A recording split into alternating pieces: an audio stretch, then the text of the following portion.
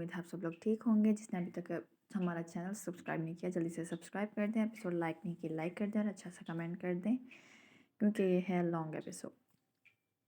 तो अभी फटाफट से सुन लें कि इसका सेकंड पार्ट आएगा शाम 7 बजे। ये आधा पार्ट होगा। आग पर से धुएं के मरगोले उठ रहे थे। आग चारों से फैल चुकी। धुएं के बायस सांस लेना दुश्वार हो रहा था। जबकि महर किसी भी चीज़ की परवाह किए बगैर आग की तरफ बढ़ रही थी। उसकी आंखों में कुछ खो देने का खौफ था। विश रुक जाओ, विश वहाँ मत जाओ, वहाँ बहुत ज़्यादा आग है। उसकी पुकार पर एकदम महरविश ने पीछे पलट कर देखा। वो बेबसी से मुस्कुराकर वापस आग की जानिब चल दी जो उसे अपने लपेट में ले लेने की दर पर थी।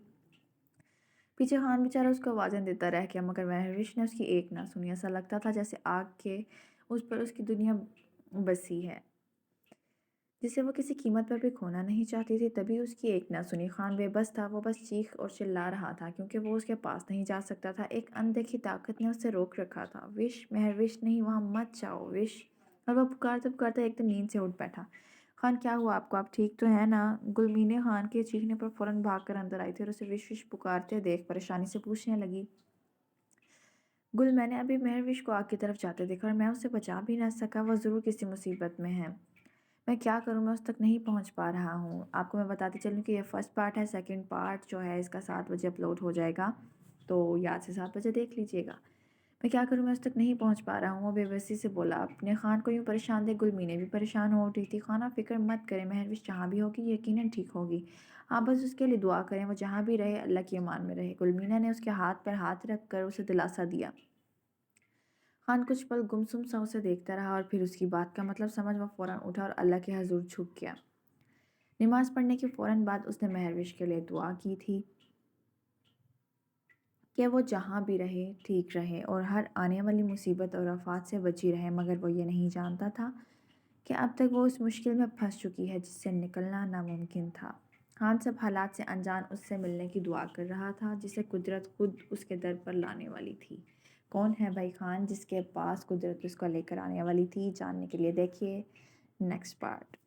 आज स्कूल में काफ़ी गहमा गहमी थी। स्पोर्ट्स डे की तैयारियां ज़ोर शोर से जारी थीं। बच्चे अपने वालिदैन के साथ ग्राउंड में मौजूद थे जहां वालिदैन अपने बच्चों की पुश्तपनाही करते नजर आ रहे थे।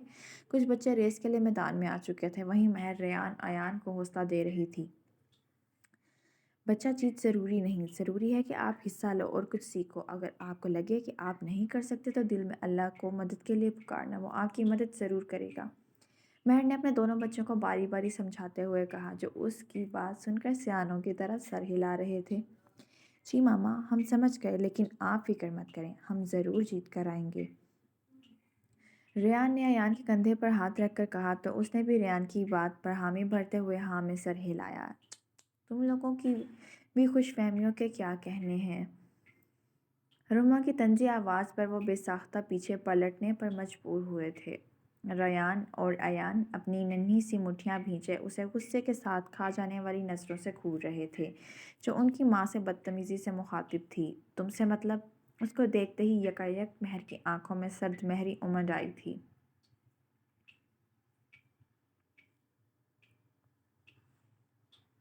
ओह आई सी, बहुत गरूर नहीं आ गया तुम में? मगर कोई बात नहीं, आज तुम्हें तुम्हारी औकात वाज़िह हो जाएगी जब तुम्हारे बच्चे तुम्हें पूरे ग्राउंड में शर्मिंदा करवाएंगे। रहमा ने रयान और अयान को हकारत से देखते हुए कहा जिस पर महर 2 कदम उसके करीब बढ़ी थी। उसे यूं खतरनाक तेवरों से अपने जानिब बढ़ता देख कर वो बेसाख्ता पीछे को खिसकी थी। उसे पिछली बार का वाक़या अच्छी तरह याद था जो भुलाए नहीं भूलता था। रुमा, पूछना तो ये था कि अब तुम्हारा हाथ तो ठीक हो चुका होगा और अगर नहीं हुआ तो तुम मुझे बता सकती हो। मुझे दोबारा तुम्हारे हाथ को वापस उस हालत में लाने में ज़्यादा वक्त नहीं लगेगा। मैर ने अपनी आस्तीन चढ़ाते हुए रुमा के बाजू को मायने खेज नज़रों से देखते तंज किया जो अभी भी प्लास्टर में लिपटा था। रमा उसके इरादे समझ फौरन अपना हाथ अपने पीछे छुपाते डर कर पीछे को भागी। मैं तुम्हें देख लूंगी महर, तुम ज़्यादा देर मेरे आगे टिक नहीं पाओगी। वो बगैर मुड़े कहती हुई अपनी जगह से 9-2-11 हो गई थी जबकि उसके यूं दुम दबाकर भागने पर रयान और अयान का कहका बेसाख्ता था और वो अपनी माँ के गले लगकर बेस्ट विशेस लेते ग्राउंड की जानिब रेस की तैयारी के लिए चल दिए थे। और उन दोनों को देखते हुए महर के दिल से शिद्दत से दुआ निकली थी कि अल्लाह उनका हामी और नासिर हो। और फिर अल्लाह जिसके साथ हो तो जीत खुद ही उसका मुकद्दर बन जाती है।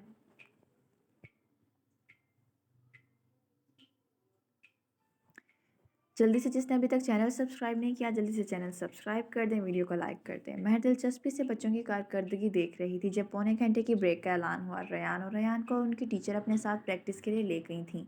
ایک دم مہر کے فون پر ان نون نمبر سے فوٹوز آنے لگیں اور آتی چلی گئیں۔ مہر نے جب وہ نمبر کھولا تو اس پر اپنی اور شمس کی ناصیبہ تصویر دیکھ کر اس کا خون جل اٹھا۔ وہ سب جانتی تھی کہ یہ شمس نے غلط انداز میں لی تھی، لیکن دیکھنے والے کو لگتا کہ وہ اپنی مرضی سے اس کے ساتھ اس بدفعلی میں شامل تھی۔ نیچے ایک میسج فوراً پاپ ہوا تھا: اگر تم نہیں چاہتی کہ یہ حسین لمحات میں داؤد شاہ کو بھیجوں، پنک کنگز مال میں مجھ سے ملنے آ جاؤ، شاید اس کے بعد میں انہیں ختم کرنے کا سوچ سکتا ہوں۔ شمس نے اسے اچھی طرح بلیک میل کر کے آخر پر واحد آنکھ مارتا ایموجی بھیجا تھا کہ مہروش غصے اور شدت کے گون بھرتی رہ گئی۔ ابھی بریک ختم ہونے میں کافی وقت تھا اور مال یہاں سے 10 منٹ کی دوری پر تھا۔ وہ آسانی سے شمس سے 2 ہاتھ کر کے واپس آ سکتی تھی۔ اس نے 2 لمحے کو سوچا اور پھر فیصلہ کرتی اٹھی تھی۔ جانے سے پہلے وہ ریان کو بتا کر گئی تھی تاکہ اس کی غیر موجودگی میں اس کے بچے پریشان نہ ہو جائیں۔ 10 منٹ میں وہ مال کے سامنے کھڑی تھی اور گہری سانس بھرتی شمس کی بتائی ہوئی جگہ پر گئی جہاں وہ غرور سے اکڑ کر بیٹھا تھا، کیونکہ بازی آج اس کے ہاتھ میں تھی اور وہ مہر سے اچھی طرح فائدہ اٹھانے کا ارادہ رکھتا تھا۔ کیا کہنا چاہتے ہو تم؟ جلدی بولو، میرے پاس وقت نہیں ہے تمہارے لیے۔ مہروش نے اس کے قریب آ کر کھڑے ہوتے بغیر بیٹھے اسے کڑے تیوروں سے دیکھتے کہا۔ آپ آئے بہار آئی۔ شمس نے اس کی بات کو نظر انداز کرتے لہک کر کہا۔ یقیناً اس کو مہروش کے